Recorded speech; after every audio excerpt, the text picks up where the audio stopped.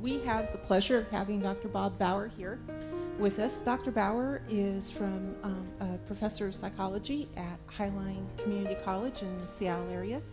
He also has a certificate in thanatology, which is helping folks to deal with grief and loss issues. He is also one of the major players in helping with the Compassionate Friends Society in the Seattle area. Dr. Baugher was generous enough to contact us and say, I'm coming up on the cruise ship. I've got time. I'd be happy to talk to folks. We at Hospice looked at Dr. Baugher's background and said, you know, we need to do something for our community. And so therefore, we've brought this workshop on suicide intervention and coping with suicide loss. Dr. Baugher has great credentials, and I'd like to introduce him and bring him up on stage.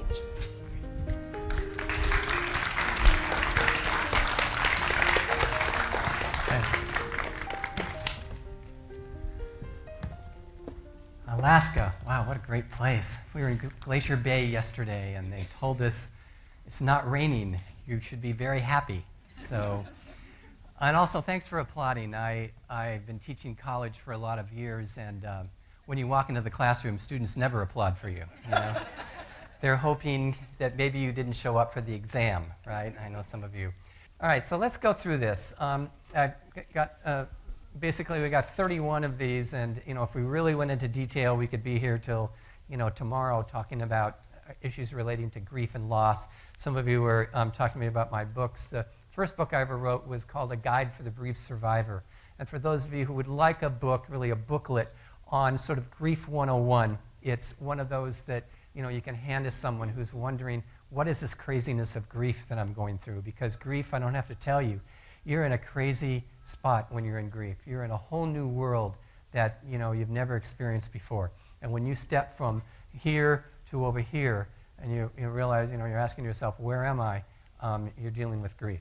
So number one, and I think an important one, is certainly as an educator, is to learn about common grief reactions, especially to suicide. Certainly shock is one of the things that happens. When, when we go into shock, we're numb, right? I mean, think of the last time that you got your body hurt in some way. And how many of you had that experience? All of a sudden, boom, something hit your body, and you sort of stood there for a moment, and you looked down, and you saw some blood on the floor or on the ground. So that's interesting. And then you go, wait a minute, that's my blood. How many of you had that experience before, not realizing that you were? And that's your body going into shock.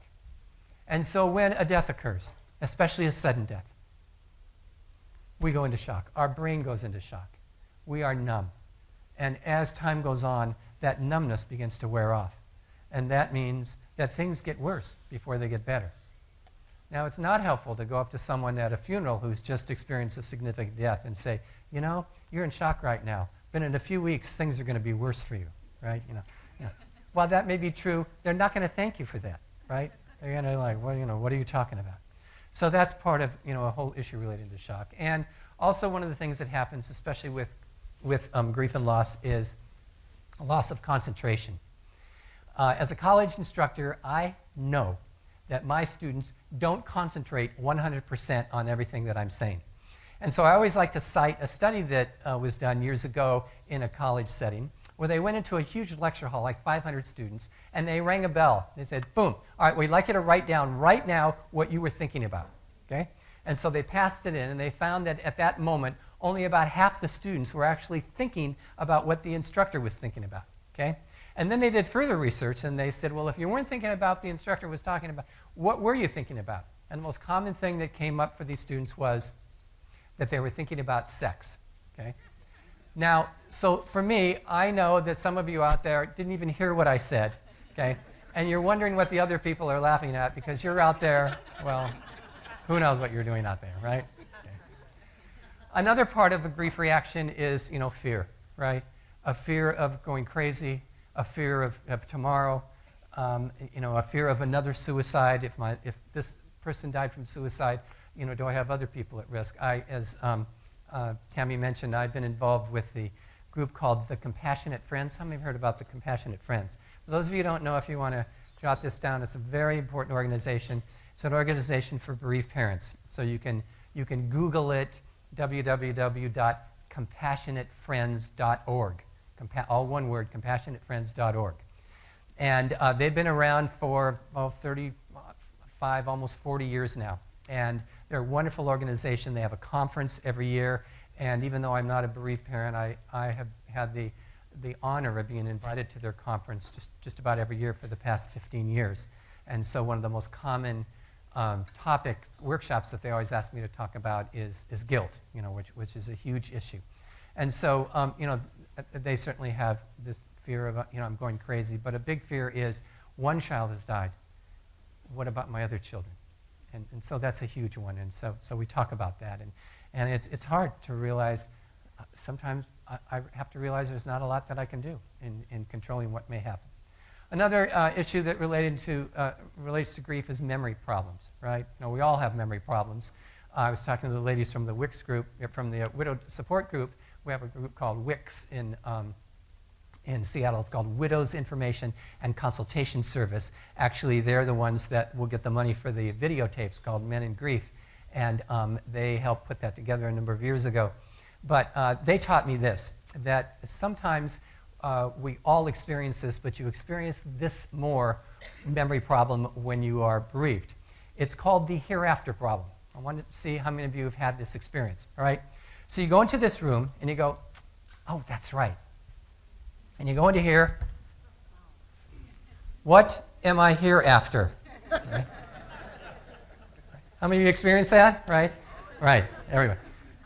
And so what do? You're looking around, and if you can't figure it out, what do? You go back in the other room, and and sometimes even then you don't know, right? Okay. Now, my students range between 17 and 60 years of age, but you should see the look on the younger folks' face when I ask them, how many of you experience this, and they raise their hand, and I say, as you get older, it's only going to get worse. And when you're bereaved, it's even worse. Okay. So your memory's just shot. So don't depend on your memory when you're bereaved. I don't have to tell you that. You need to write things down on one piece of paper and carry this paper with you. Okay. And another huge issue that I talked about a moment ago is guilt. Guilt. It doesn't matter where that person was when they died. You may experience some degree of guilt. And we know guilt comes up when we say things like, "If only," "Why didn't I?" "I should have." Those kinds of things. And "I should have" is an interesting term. Because if you realize it, you can never should have. Think about that, right? Let me give you an example. How many of you were here in this room last night at 6 o'clock? Raise your hand. Well, you should have been here, right? Now, can you do anything about that? No, right? But we should have ourselves all the time. In fact, sometimes when you're in the middle of an argument, you say you should have. Now, it's not going to be helpful if you go home tonight and you're in an argument with someone and they say you should have done this. It probably won't be helpful if you say, well, I went to a workshop today and the man said that you can never should have. That person won't thank you for that. They'll say you should have done that, right? But we as humans do that. How many of you saw, oh, geez, it's what, almost 30 years old now, older than that, more than 30 years, the first Superman movie that came out. How many of you remember seeing that back in the mid-'70s, right? Okay. You may remember this segment where Lois Lane is driving along the desert and the earthquake comes and she dies, right? All the dirt comes on top of her. How many remember that scene? And then Superman, he's flying around saving someone else and he arrives too late. This woman that he loves is dead. So what does he do? Something his father said don't do, right? So what does he do? Flies up in the world, makes the world, rotate backwards so then he can go back in time. It's because he should have been there, right? And then he goes and saves her. Well, not one of us in this room is Superman or Superwoman, right? We are humans, and we have to deal with the fact that things happen. We still say should have, but that's an indication that we're dealing with guilt. There's all kinds of guilt, right? And one of the books that I wrote, and all the books that I've written not only have basis in research, but they also have people who have contributed to the book, people themselves who have gone through this stuff. So you see on the acknowledgement page many names listed there that say, that tell me, here is some input that I can give you for this book. But one is survivor guilt, right? You live and they don't. People who are part of the widowed organization certainly see that, the men and women asking themselves, why did I live? Why did my wife or husband die? Another one is grief guilt, right? People feel guilty because they're not grieving right. I wrote an article a some 20 years ago were called, What If I Grieved Perfectly? Because we're still waiting for the person to come up, I'm still waiting for the person to come up and say, Bob, I'm grieving just right. Okay, I'm crying just enough, I'm just angry enough, and so on. It's like, no, And those of you who would score high in the perfectionism scale, okay? You know who I'm talking about, right? Okay. You may then feel like, well, I have to grieve just right. Well, you know what? You grieve however you're going to grieve. Okay? But people often feel, I'm not crying enough. What's wrong? Well, that's where you are. Another type of grief is relief guilt. This is a hard one. Okay? Relief guilt is that I feel somewhat relieved that this person died. Now that's scary because this person may have caused a lot of problems in your life. You may have gotten calls at 3, 4 in the morning. You may have gotten, heard the police involved in issues, and then one day this person is gone. They've taken their life or they've died for whatever reason. And you feel all these other grief reactions, but in addition, you feel some sense of relief. And yet, that's something you may not want to admit. So a related type of guilt is called unmentionable guilt, that you're feeling this guilt that you can't tell anyone. I feel guilty because I did this or I failed to do this. Here's a 18-year-old whose father dies from a heart attack. And, a few days later, this young person is talking to a friend and realizes his friend is a good listener and says, I feel like I killed my father. You killed your father? Your father had a heart attack. Well, he started complaining of some, problems with his shoulder and his arm a couple days before that. And I should have said, Dad, go to the hospital. But I didn't. I didn't think it was a big deal. And so I feel like somehow I contributed to his death. So, and then another type of guilt is getting better guilt, right? Those of you who've had the experience of losing a significant loved one, you may look back on the first time that you laughed. And then you may have caught yourself. What kind of person am I that would ever laugh again after the death of my loved one? And yet what we know is that our loved one would want us to be enjoying life again, and yet we have those mixed feelings between feeling this grief and feeling that we can move on. A deep sadness, hopelessness, depression after a loved one dies. Anger at anyone that you feel was associated with your loved one's death. Anger at the person who died. And that's a tough one, because after people die, they can't defend themselves anymore, and yet we feel this anger toward them. And that's where, a good listener, a counselor, a therapist, someone who can sit down with you and let you express these feelings. Because when they stay in here, these feelings go round and round and round, and the important thing is to get them out, to say them, to write them out, okay? What to talk about, okay? And then, anger at yourself. Anger at yourself for not doing enough. So I want you to think about anger for a moment, because I have a couple rules for you about anger. One rule is that it's not okay to hurt other people. And the other is it's not okay to what? Hurt yourself. And we often feel like I've done something wrong. I need to hurt myself. Okay?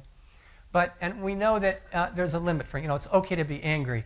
But one of my best quotes that I've ever heard is, it's okay to be angry, but it's what you do with it, right? And we've all been angry before, but it's what you do with your anger. A year ago, at the Portland conference for the Compassionate Friends, the national conference, here's 1,000 parents sitting there, and one of the main speakers was a woman named Candace Leitner. You may not know the name, but you know what she did. She started an organization called Mothers Against Drunk Driving.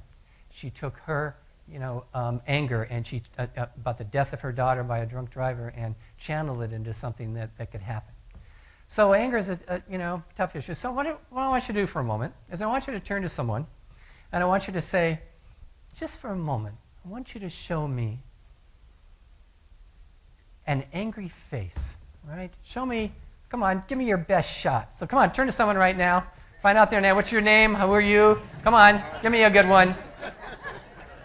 Come on. Some of you are like, come on, give me a good angry face. Yeah. And those of you at home, who are watching this now, come on, you're sitting with someone, turn to someone and give them that look. They know what that look is, right? Okay? All right. So now, if this were a workshop, I'd actually have a couple of you come up and show us, but we won't put you on TV here. But how many of you sat next to someone who really had a good anger face here, right? Yeah, like, oh man, you know, right? Okay. But anger doesn't look pretty, right? I mean, you might tell that person next to you, you didn't look very pretty doing that, right? But that's why sometimes we're afraid of anger. We're afraid of people getting angry because how many of you have been in a room with someone who got so angry they were out of control? How many have been in a room with someone like that? If you're sitting next to that person, don't look at them right now, okay? But it's scary, right? So when people start to get angry, when we start to get angry, people go, no, don't get angry. So what they're saying is don't feel angry. The first two words give it away, right? Don't feel. So again, it's okay to be angry, but it's what you do with it. So it's not okay to hurt yourself, and it's not okay to hurt other people. Right? So anger, a huge reaction that comes up. A second issue that suggestion is attend a support group. You know, years ago when a death occurred, there was a community out there who immediately, knew what was going on. And, now when we get big cities and, all the hustle and bustle that's going on, what do we see happening is that people don't know. I've had parents whose children have died who walk into the mall, right? And they see everyone shopping and laughing and walking. And they want to scream out, how could you be doing this? My child is dead. And yet, that's the kind of world that we live in today. People don't know. And so we need support groups. And, there are wonderful people out there who are willing to help. How many of you have been a facilitator for a support group before? How many of you have done that? Okay? Good for you. This is something that we continue to need, and especially as the world gets fractured. Number 3, get ready for holidays and other important dates. Holidays are tough times coming up. What are you going to do this year for Thanksgiving? What are you going to do this year for all the December holidays? Okay? How are you going to handle next year? What about their birthday? And, it's always interesting that, I don't like this term, the anniversary date of this person. It's the word anniversary always comes up with something positive, right? But now we're dealing with, something, so how do you deal with this? And how can you plan ahead of time? What am I going to do? Do I lift off balloons? I'm going to give you some examples in a bit. In fact, I can do that right now. Page 41 of the book here, we put together a list of various things you can do for acknowledging that day. Send off balloons, set a place at the table for your loved one, light a special candle, tell stories of the person. Stories are so important. What I say to you, I always say to a group, at some point in the future, not one of us sitting in this room, and not one of you out in the TV audience are going to be alive. We're all going to be gone. And so the question I think we have for each of us is, what sort of stories have we left? Okay? What sort of stories are people going to tell about us after we die? And so that's what people crave. Quite often, I have widowed people and people whose loved ones have died and say, people don't want to say my loved one's name or bring it up because they think it's going to remind me of what I lost. 7 weeks ago, my sister's husband died of leukemia at 52 years of age. He got up one day, he was a plumber, got up one day and went to work. The next day he got up when he was feeling terrible, and 53 days later, he died. And so, for my sister, I've been trying to help her understand some of what I know. I did my dissertation on widowhood. So I'm looking at my baby sister. I'm the oldest of 5 kids, and here she is, 50 years old, moving into widowhood, and all the craziness that now she's dealing with. Okay, so stories. People want stories. So I have a Facebook website, and so on the website I put a picture of me and her husband on there. That's my profile one now, and people and his daughter wrote on my Facebook, "I love your picture. There's her father. Just another way to say I remember."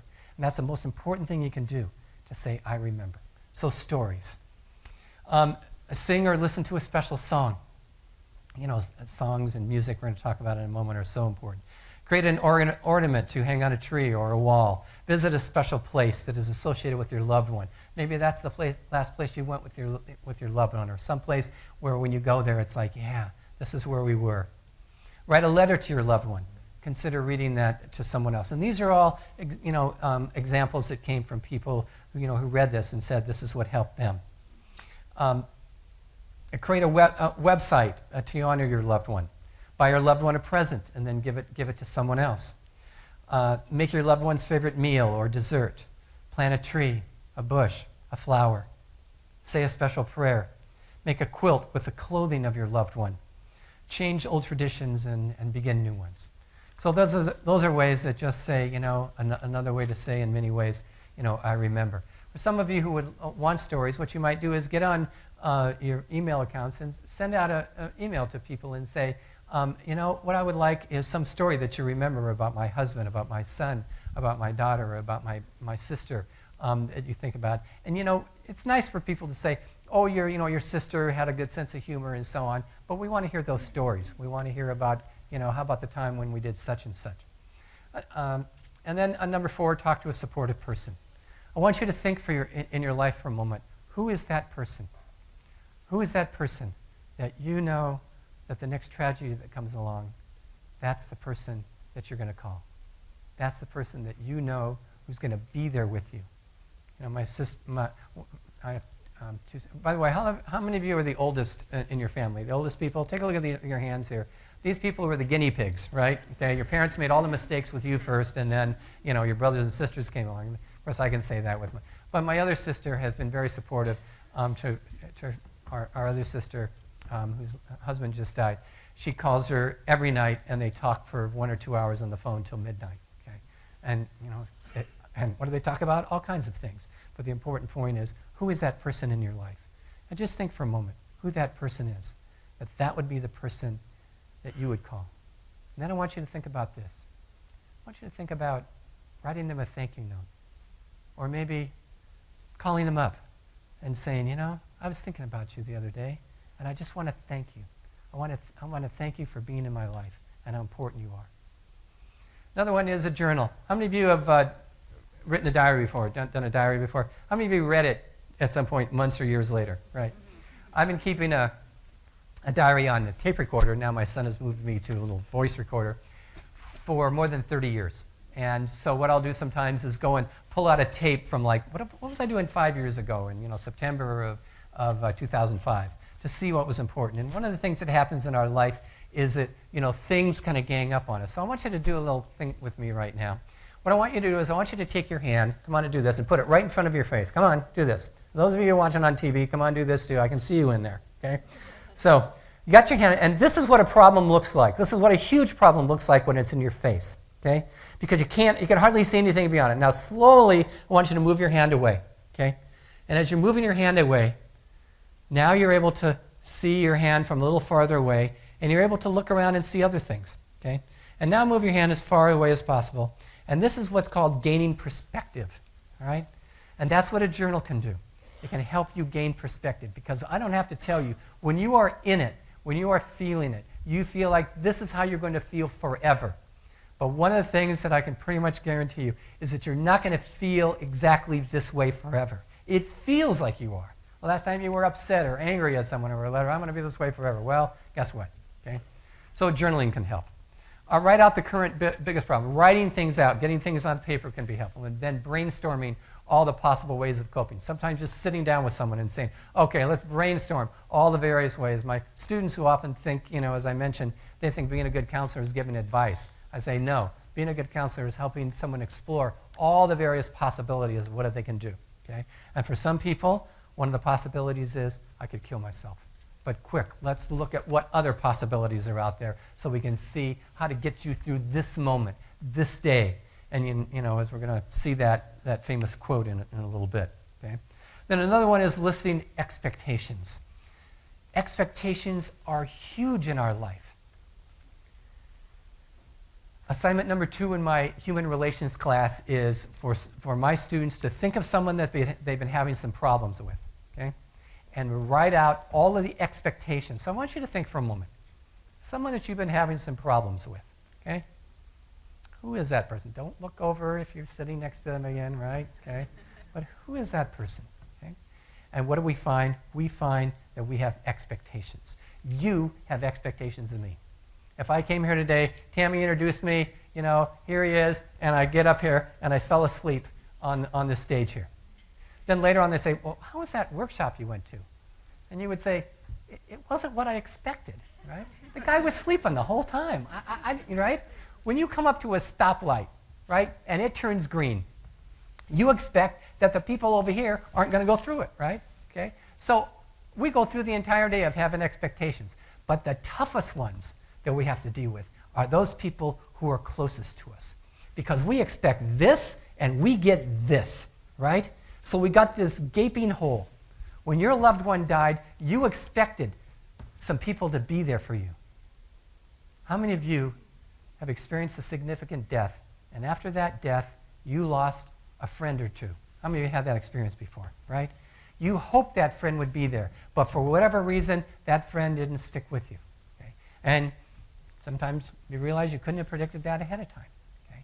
So we have expectations, and what I suggest for you is, and a couple years ago I gave that workshop at the Compassionate Friends Conference, which was called, As If I Don't Have Enough Problems in My Life Already with My Grief, dealing with that one person in my life. And so I went through the whole workshop, introduced it, and then I had people write out expectations of that person.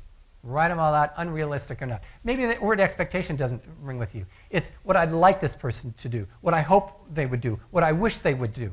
Okay? And then, lay them out. And then we got two choices, right? One choice is, let me go through each of these and see if I can change this person. Yeah, I'm going to change you. I'm going to figure you out, right? But in many cases, you can't change them. We only got one other choice, to let it go.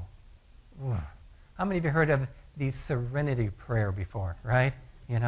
Let me sort out what I have control over and do something about that, and let me look at the things that I don't have control over and let go of those. And I don't tell you, it's much harder to let go of some of those expectations. So expectations, a huge issue. Okay. Another area is music. Okay. Music, to listen to music, to find music. At first, sometimes music is too painful to listen to. And then as time went on, that music can be more comforting. There are all kinds of wonderful songs out there that can bring out our emotions. When my sister and I were sitting down, we put together a little overview of his name was Jeff Keller. We put together an overview of his life. So we had videos and pictures and all that, and we were putting it onto this video. And we started off, it was going to be 71 minutes. So I was presiding over the funeral, and I said to the folks there, well, we put together a video of Jeff's life, and it's 18 hours, and we'd like you, and you could see the look on people's faces, like, we got down to 71, and now we've got it down to 26 minutes. Okay? And so when my sister and I and my son Sean were putting it together, we got to put in different songs to see if it would work. And one of the songs we thought that might work was I Will Always Love You. How many of you know that song? Okay? And as we played it along with practice playing along with the pictures, my sister and I were sobbing in 10 seconds, right? We're not doing that one. So we took it out and we put in some other ones, Endless Love, and we finished up with, how many of you know the song, Don't Worry, Be Happy? All right, so that was sort of the last one on there to get people out. So music can be wonderful. Number 9 is a mantra, okay? As terrible as this feels right now, it won't be this bad forever. And those of you who have been through, you're a little longer, a little further along, months and years, you realize that that's true. But at first, it's like, it feels like I'm always going to feel this way. Another one is physical care. We've all heard that one, right? Taking care of ourselves, all right? And so I want you to turn to someone for a moment. And again, those of you who are watching, I want you to turn to someone you may be sitting next to and ask them this question. What little thing do you still need to work on to take physically care of yourself a little better? So go ahead and ask someone that right now. Come on. Come on, turn to someone. What do you need to do?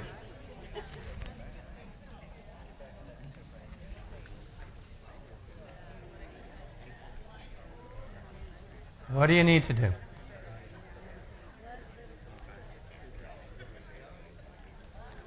Okay, you ask the person that, and then make sure you tell them that.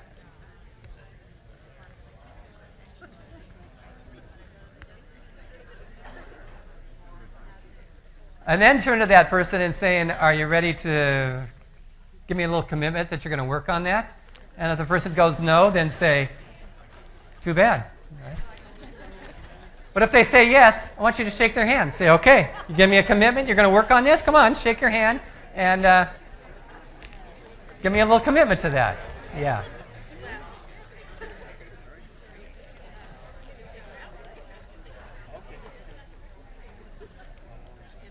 Okay.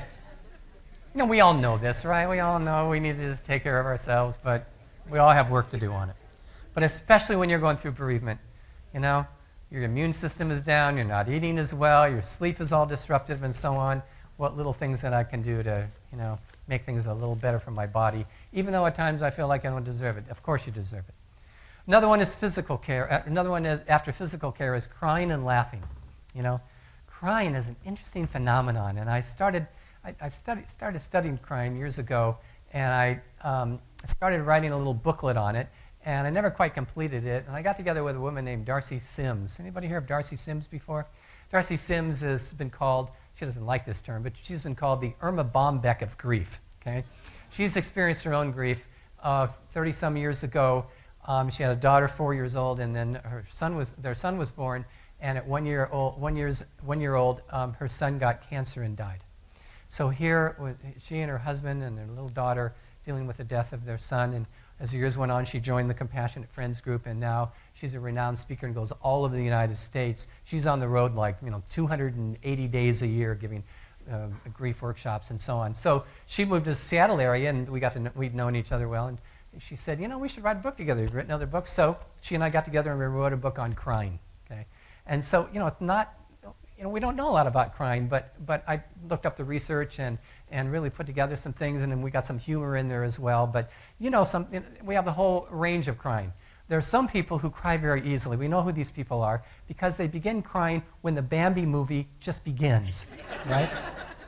You know what I'm talking about, right? They're already, right? And there are people way on the other side when Bambi's mother is killed, or Lion King, or whatever, they just have a little, and everything else in between, okay? And part of that is physiological. These right here are called your lacrimal glands, okay? Your lacrimal glands. And some people, their lacrimal glands just leak very easily, okay? Others don't. This area right in here, these are actually holes in your nasal area, and that's why we have to blow our nose after we cry, okay? And what's important about crying is that we shouldn't interfere with that process. Okay, that we and so I'll give you a little poem to have with this. When you're dealing with someone who's crying, you let them cry until they're dry. Let them cry, and that's hard. That's hard work, because crying is something that as someone's sobbing and upset, it's uncomfortable, right? We just we want them to stop. Okay, and of course the worst sentence here is don't cry, don't cry. All right? So let's see. Let me pick on this man right here. Come on up to the stage for a moment. You're going, oh, geez, that's what you get for sitting in the front row, right? Come on up. What's your name again? Ron. Okay. So let's say Ron and I are friends, and we run into each other, and he goes, oh, Bob, he says something terrible has happened. And I go, what? And he tells me some tragedy that occurred in his life. And so as he's telling me this, he starts crying. Okay, so I'm going to turn you this way, Ron. So here's Ron. Here's Ron crying, wow, wow, wow, wow, wow. He's crying away. And one of the things I wouldn't do, whether this was a man or a woman, I wouldn't do one of these, right? Because Ron goes, oh my God, I'm trapped, right? Okay. And the other thing that you don't do is, okay, Ron, that's okay, take it easy. Like we pat him like a little baby, right? Instead, you just decide how close he determines how close he's going to get, and you let him cry till he's dry. Now, Ron may stay here for 2 hours crying. But my job is to not interfere with that process. All right? Okay. Okay. All right, let's hear it for Ron.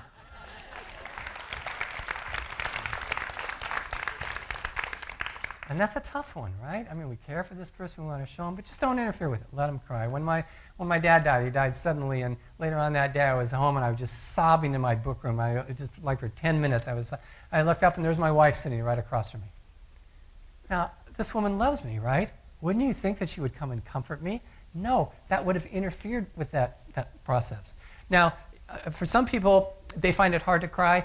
Sometimes it's physiological. Sometimes some of you may have been brought up like I was, which is you got that message when you were a child.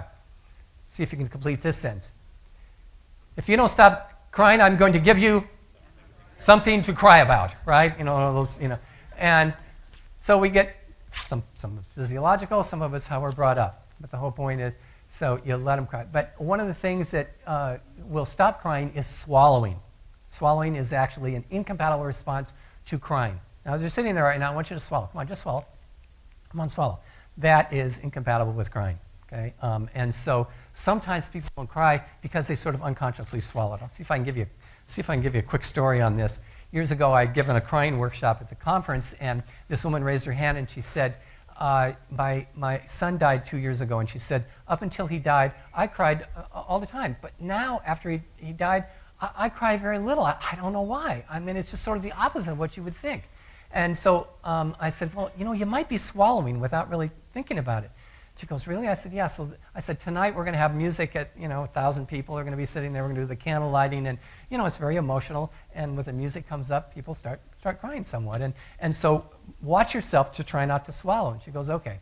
So later on that night, we have the banquet, the candle lighting, so on the music, and then we kind of bring people up and get people laughing a little bit. And then the lights come up and people leave. And so my wife and I are getting ready to leave, and this woman comes running up to me saying, it worked. Now, I met hundreds of people that day. What worked? She goes, I started crying. I realized I was swallowing. Okay? And she said, thank you for that. Gave me a hug and walked away. Okay?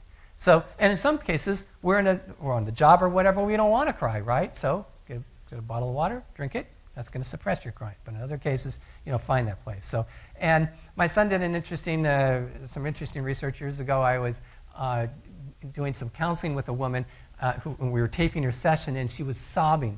We were in such deep grief for what she was dealing with. And so during the session, the tape broke. So I took it home. My son was like 14, 15 years old, and I said, this is a tape of a client and me. I like it. He's one of those fix-it guys. How many of you live with a fix-it guy? I mean, it's great to have it. And so I said, but don't listen to it because it's confident. He goes, I know. So about a week or two later, I'm in my book room and I hear some sound from his room. And I go into his bedroom and I go, what are you doing? I told you not to listen to that. He said, Dad, that's not the tape. He said, here it is here. And I look at the tape and it's still broken.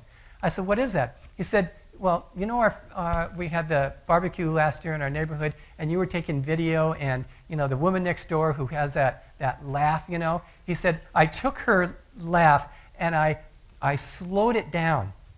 So it was, and when she slowed it down, it sounded like crying. And so a couple of the crying experts who I sent my book to, I also was able to send through the internet that soundtrack of this woman's crying, this woman's laughing, which sounds exactly like. And so, of course, the mechanism is the same, right? Lifting your diaphragm up and down, so crying and laughing, both a form of relief. Isn't that, just a very interesting look at it. Okay, and then distracting yourself. You can't think about grief and loss all the time. You need at times to, if you can read or watch a video or get on the internet or do sports or whatever, certainly that's one way to cope. And then helping. They did an interesting research with students years ago where they had students go out and do two things. The homework assignment was, we want you to go out and do something fun for yourself, okay, and write that up. Then we also want you to go out and help someone that you wouldn't normally help, who maybe wasn't expecting your help or whatever, and write that up, okay? And then the last thing we want you to do is write up which one felt better. And some of the students were very surprised. Okay? How many of you have ever done some volunteer work or just helped someone before and you walked out of there and you felt great? How many of you had that experience before? Okay? That's what it can be. And those of you who are further along in your grief, who have taken that step to be a group facilitator, or taken that step to help a young person or whatever do something, and to realize, there's that whole starfish thing. To help at least one person can be a very powerful thing to do. Okay? And then forgiving yourself, related to guilt. We say, I should have been there. Why didn't I? If only. All those kinds of statements. And an important question to ask yourself about guilt is, what would it take for me to begin to forgive myself? And I think that's important at various times. As you're getting in your car today, if you're feeling some guilt about something, just when you put your key in and you start to turn it on, ask yourself that question. What would it take for me to begin to forgive myself? And then relaxation, relating to, being good to yourself. And then accepting feelings. Okay?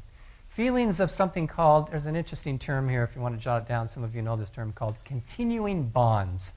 Continuing Bonds is actually a book that was written about 20 years ago. Dennis Klass, K-L-A-S-S, Dennis Klass, I met him a few years ago. Continuing Bonds. And one of the things he began to realize was that when you are dealing with someone who's experiencing grief, And you say to that person, it's important to say goodbye. It's time to cut the ties with this person and move on. What they realized was that was a mistake, that people still have continuing bonds with people after they die. You all know that, but therapy and counseling years ago made that mistake of saying, you must say goodbye to this person. No, we still carry that person with us. My dad worked at the Veterans Hospital in Seattle. He was a clerk, and he did, how many remember those old mimeograph machines where he did that, and he did the newsletter, and he dealt with clothing and all that. And one of the things he always brought home was he brought home rubber fingers. Some of you know what a rubber finger is, right? To help. And so after he died, of course, there's 5 kids, as the weeks went on, well, let's go into Dad's room. We sorted things out. We found 50 rubber fingers, okay? I carry this around in my pocket all the time, okay? And Dad, this is for you, to acknowledge that I still miss you and I miss Mom. But little things that we do to say I'm still connected to that person. And so don't let anyone tell you, you need to move on and forget this. Oh, are you kidding? This person's always in your heart. You're always carrying this person with you. And that's what continuing bonds are about. And then playing with an animal companion, okay? You know that how many of you have a dog? Okay. How many of you have a cat? Okay. Let's say a cat. What's good about animals is that they're always there to greet you. They're happy, and they really show that that they're there for you. But let's talk about guilt for a moment. Let's say that those of you who had a cat.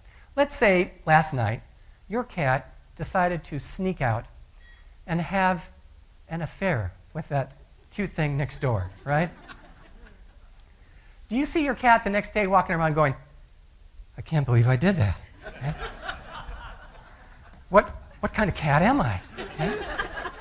I'm so easy, right? No. After a few, it's gone, right? Because we as humans, that's what we do with our guilt. Guilt about whatever. The past is never the same with guilt. We go back and rewrite it. I should have done this. Why didn't I do this? And that's how our brains are wired. That's sort of the curse that we get for having these complex games. We can't just do something and say, okay, let me move on. Okay. Number 18 is make a list of trusted people to contact. Who else can I talk to? Maybe not just just to this one person, but someone that I can just say, look, I need to talk and I need you to listen. Okay. Teach people to be good listeners. Okay. The allow people to be in pain thing. People often think that when we are telling our problems to them, they think that they need to fix it, right? Often men do this, right? And, well, I've got this problem, let's just fix it up, right? And one of the things that dads say to me after their son or daughter has died, especially a lot of dads show up at the anger workshop and they say things like, Bob, before my son died, they'd say something like, I thought I could fix things. I mean, I was a dad, right? I was a husband. And now I realize after this death, I can't fix my wife. I can't fix my other children. Or they get people coming up and asking them, how's your wife doing? Okay. Instead of asking them what? How are you doing? Because it's scary to ask a man how you're doing, because guess what? He might tell you. And then what do you do with that, right? So it's important, again, to be this good listener and teach people how to do that. Then here's the crisis line, okay? There's a suicide crisis line. There's all these resources out there. One of the 1-800 numbers is 1-800-273-TLK. Yes? I just wanted to let people know there's also a 211, because a lot of times people... Yeah, say that. There's something called 211 that all of the United Ways in Alaska sponsor. A lot of times people have a hard time remembering numbers to call, particularly when they're in crisis. 211 will at least direct them to all of those specialty crisis lines. So. Beautiful. Beautiful. Thank you. 211. Remember that one. And then spiritual help. Okay? Suicide may have been a challenge to your faith. Okay? And so, who out there that you can talk to that's really going to help you travel that pathway in a way that's really going to get you to a point where you're going to feel at least somewhat okay about this.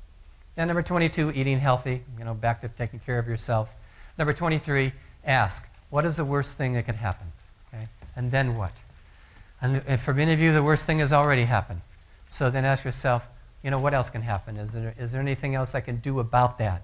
And, where can I channel my energy? Again, sorting out that, what can I control and what can't I? And then listen to your self-talk. especially with guilt, I say to people, go ahead and beat yourself up. Say, why didn't I should have, and so on. But maybe pick a date off in the future and say to yourself, at some point in the future, I'm going to stop myself beating myself up. And so maybe it's that person's birthday, or maybe the 1 year point or the 2 year point, and saying to myself, I'm going to beat myself up in the meantime. I'm going to say I should have and why didn't I. But when that day arrives, their birthday, for example, maybe that's the birthday present they give to you, and you wake up and you say, from this day forward, as soon as I start to catch myself beating myself up, I'm going to say, okay, I've already done enough of that. Okay? And another way to think about that is to have that person, imagine that person come to you and stand there for a few seconds and say to you something about all the guilt that you've been feeling. And in most cases, they're going to say, I love you. No, it's not your fault. No, you did as much as you could. Now, in some cases, maybe someone will come back and try to say, Harold, you should have been you should have been a better husband. Instead you say, Sylvia, you're not going to control me from the grave. So in this case, I'm not going to listen to you. All right? But those are questions that are important to ask. Listen to your self-talk. Number 25, find ways to put distance between yourself and temptations. The loaded firearm. And finding a way to make it so it's not as available. People often who have survived a suicide attempt say, I just had this impulse and I just grabbed it and did it. You don't want them to have that ability to grab. You want that to be far away. You don't want that rope there. You don't want that gun there. You don't want those bullets there. So whatever you can do to put that distance. Okay? Number 26, interview a survivor who appears to cope effectively. Ask, how have you coped with suicide? How have you coped with sometimes what is the stigma of suicide? And have them give suggestions to you on what worked and what didn't work. Number 27, talk back to negative thoughts. Okay, watch the use of black-white thinking when they say things like everyone is judging me. Well, is it everyone? I will always feel this way. Always. Nobody understands me. Nobody. Maybe there's 1 or 2 or 5 people who can understand you. So watch that black-white thinking that's so easy to come up. And then thought stopping. Thought stopping is one in which you have obsessive thoughts.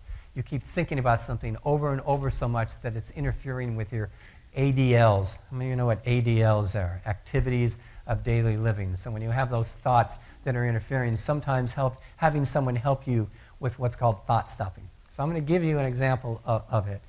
And it's one of those of you who have a significant startle reaction, I'm going to warn you ahead of time what it's going to be. So this person comes to you and says, I keep thinking about, I saw the person after they died, I saw their body or whatever, and I just can't get it out of my mind. And this has been weeks and months. And so you say to the person, okay, what I want you to do is in a moment, as soon as that thought comes up, I want you to hold up your finger. And as soon as your finger comes up, I'm going to say the word stop very loud. Okay? And so I'm going to do that to you right now, and I'm going to count to 3, and I'm going to say the word stop very loud to show you, how this works. So here we go. 1, 2, 3, stop! Okay?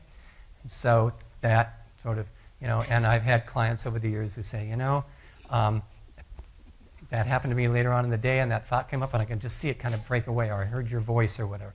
Now, that is just one technique. It's not something that works for everyone, but in some cases it's something that can just sort of break that thought pattern.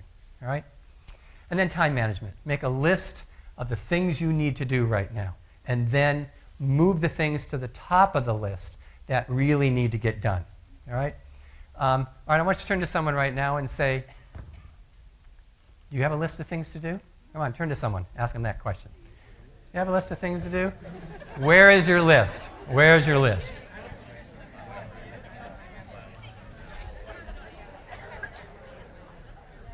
Okay, again, those of you watching, ask that person, do you have a list? All right, come on back. Because one of the things that happens is that we have the easy things at the top of the list, right? Maybe some of you, when you write a list, you put at the top, make a list. Okay, I've done that, right? It's like, right? But it's important to move those tough things at the top. Maybe there's somebody you need to call. Maybe there's someone you need to write. Maybe there's something you need to say to someone. So as tough as that is, move it toward the top of the list, and then and I have my lists on a computer, so I can work on bringing those things up and, getting those done, because then you can look and say, what do I need to do next? Rather than, because especially I know when you're bereaved, you feel so scattered. And, what do I do next? All right? And then number 30, avoid. Okay? And there's a whole list. Avoid taking it out on others. So I want you to think for a moment. Who in your life right now do you take things out on? Right? Who is that person? And can you work on that a little bit? Right? I think we all do. It's so easy to get frustrated and take it out on you know who, right? Then avoid keeping all your feelings inside. A lot of these are sort of repeats, but there are a lot of avoids. Avoid refusing to believe that it happened. Confronting the reality of that loss is hard work. Going back to the memories, talking about that person, listening to the music and all that. That's called grief work. And grief work is some of the hardest work you'll ever do. Talking about it and feeling about it. Avoid drinking to forget. Avoid eating more to forget. Avoid taking drugs to forget. Avoid smoking more to forget. Avoid trying to be perfect. Avoid binging and purging. Avoid cutting on yourself. Avoid people who bring you down. Avoid engaging in risky, life-threatening, or suicidal behavior. Avoid negative self-talk, calling yourself names, putting yourself down. Avoid sleep cheating. We all sleep before. How many of you feel like you haven't gotten enough sleep? How many of you, right?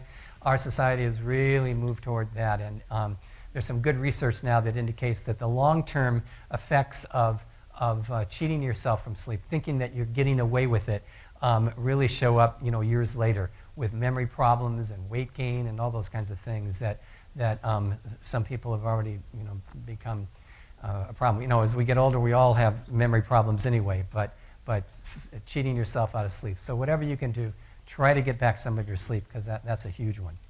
And there's the mantra again. As terrible as this feels right now, this won't last forever.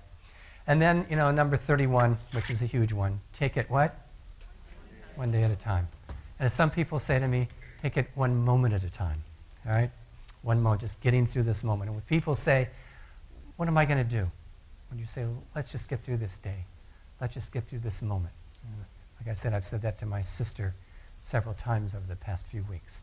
All right, a couple things I want to do here as we're finishing up is, one, I want to talk about the fact that we all grieve differently. We all know that. And there's a little term here that I put together called WAGD, W-A-G-D. We all grieve differently, right? And another one is called EGID, right? Everybody's grief is different. You have all these acronyms, right? So we're going to come back, and the last thing we're going to do here is show how kind of we're similar and different. Well, what I want to do in the last couple minutes here, and then we'll have time for a couple of questions, is talk about research by Dr. John Gottman. Dr. John Gottman is one of the leading experts in marriage. And what he does is he has people come into his laboratory, and he does three things with couples.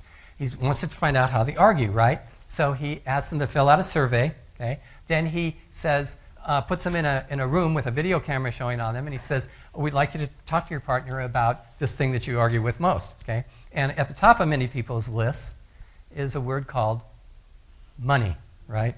And I don't have to tell you that when you marry somebody, you are marrying someone from a different culture. It doesn't matter what religion, what ethnic background they are from a different culture. Okay?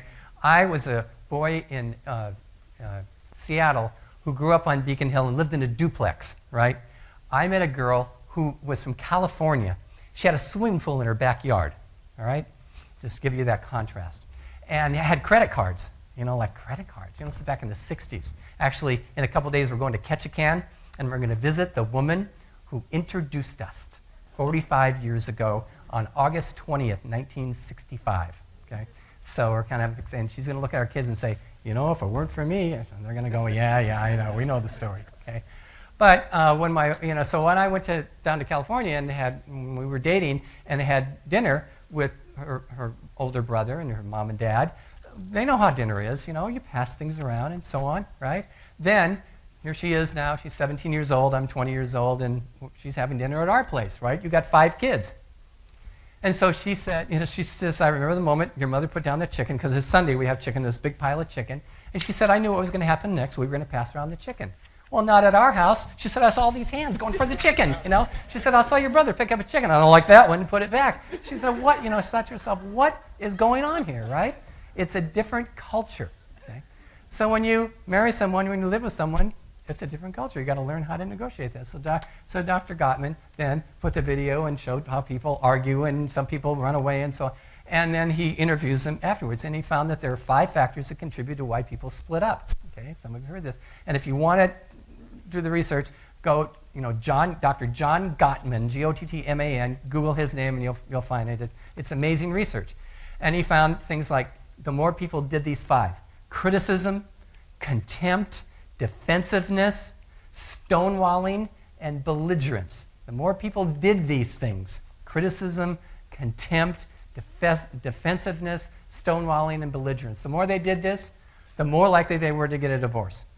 They analyzed the videos and what people say. And so what he did is, years later, he got to a point where he could predict, based on the interviews and the video, what people were going to be divorced 5 years later and what people were going to stay together. And he was able to predict with greater than a 90% accuracy. I mean, think about that. That's phenomenal research, right? And so he then also looked at how people argued. And when some people, when they argued, they did what Stonewall. They psychologically left. And we know when someone psychologically leaves because you say, so what do you think about that? And they go, did you say something? Okay, right? Or they physically get up and leave. That's the stonewalling.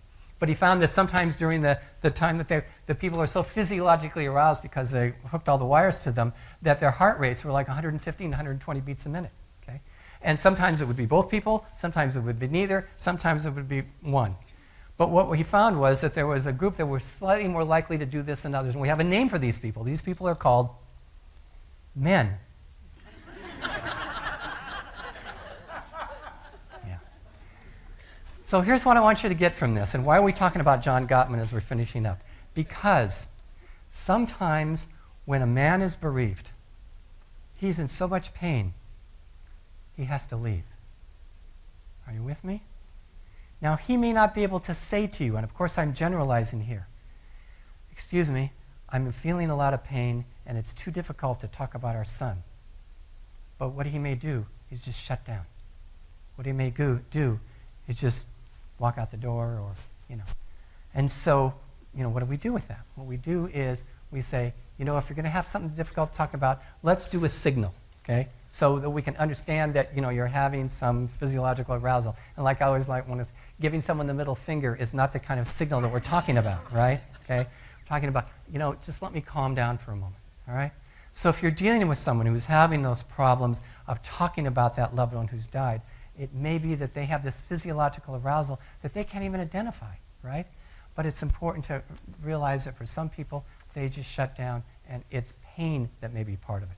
So what I want you to do, this is sort of a thing that I've done with all my workshops at the end. I want you to clasp your hands together to kind of show how we're wired all a little different. So clasp your hands together. And as you're clasping your hands together, I want you to notice which thumb is on top, okay? Which thumb is on top, okay?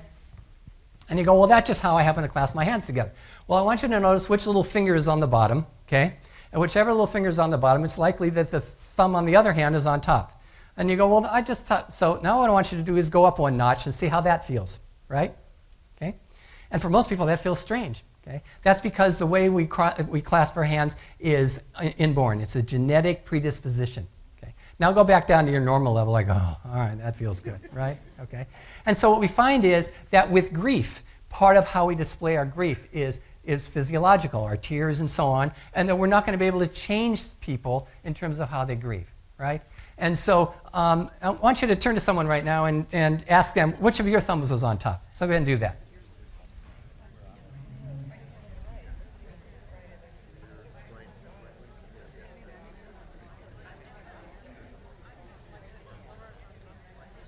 Okay? Now, what you might think is it's related to handedness, but it's not, okay? It's just I'm left-handed, and left-handers have their right thumbs on top or their left thumbs on top, so it's not related to anything. But they did do some, so let's find out. Where are the right thumbers? Right thumbers, raise your hand here. Okay. Left thumbers, will you stand up? Left thumbers, we need you to stand up here. Okay. Because they did some research, it was about 3 years ago on left thumbers, and they found that left thumbers tended to have a tendency later on in life to become perverts. Okay.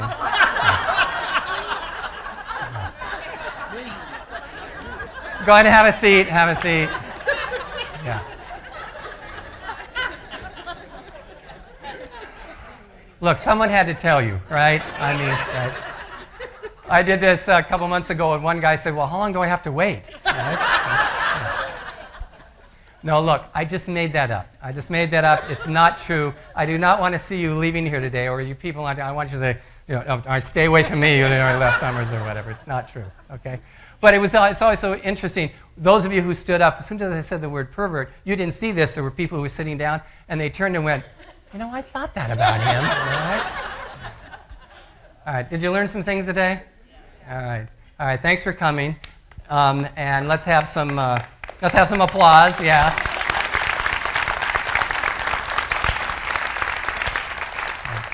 And we have we have some questions, right? Are there free counseling services for those who do not have insurance? Great. Do you have SOS groups? Who wants to speak to that for a moment? Dr. Kiernan, you want to? Go ahead.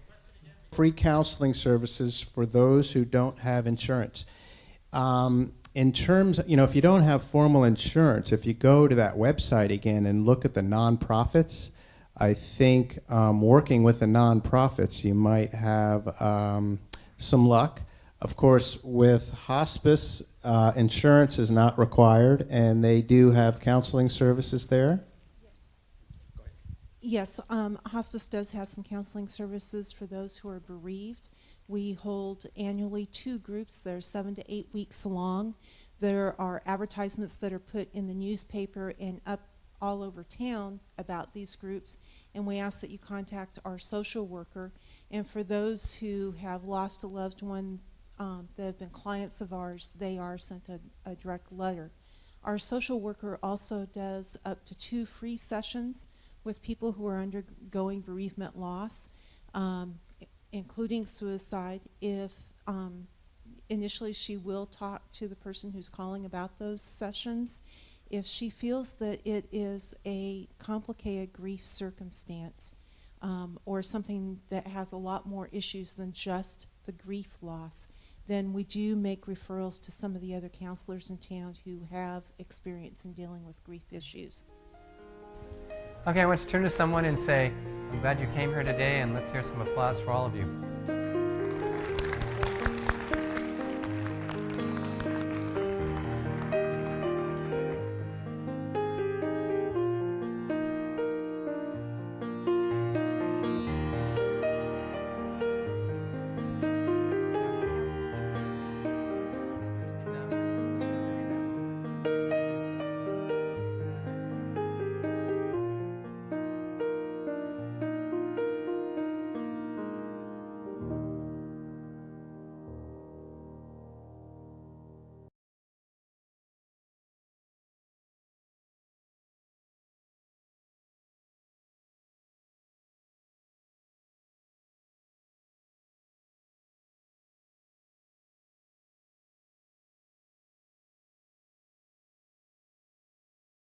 We have the pleasure of having Dr. Bob Baugher here with us. Dr. Baugher is from a professor of psychology at Highline Community College in the Seattle area.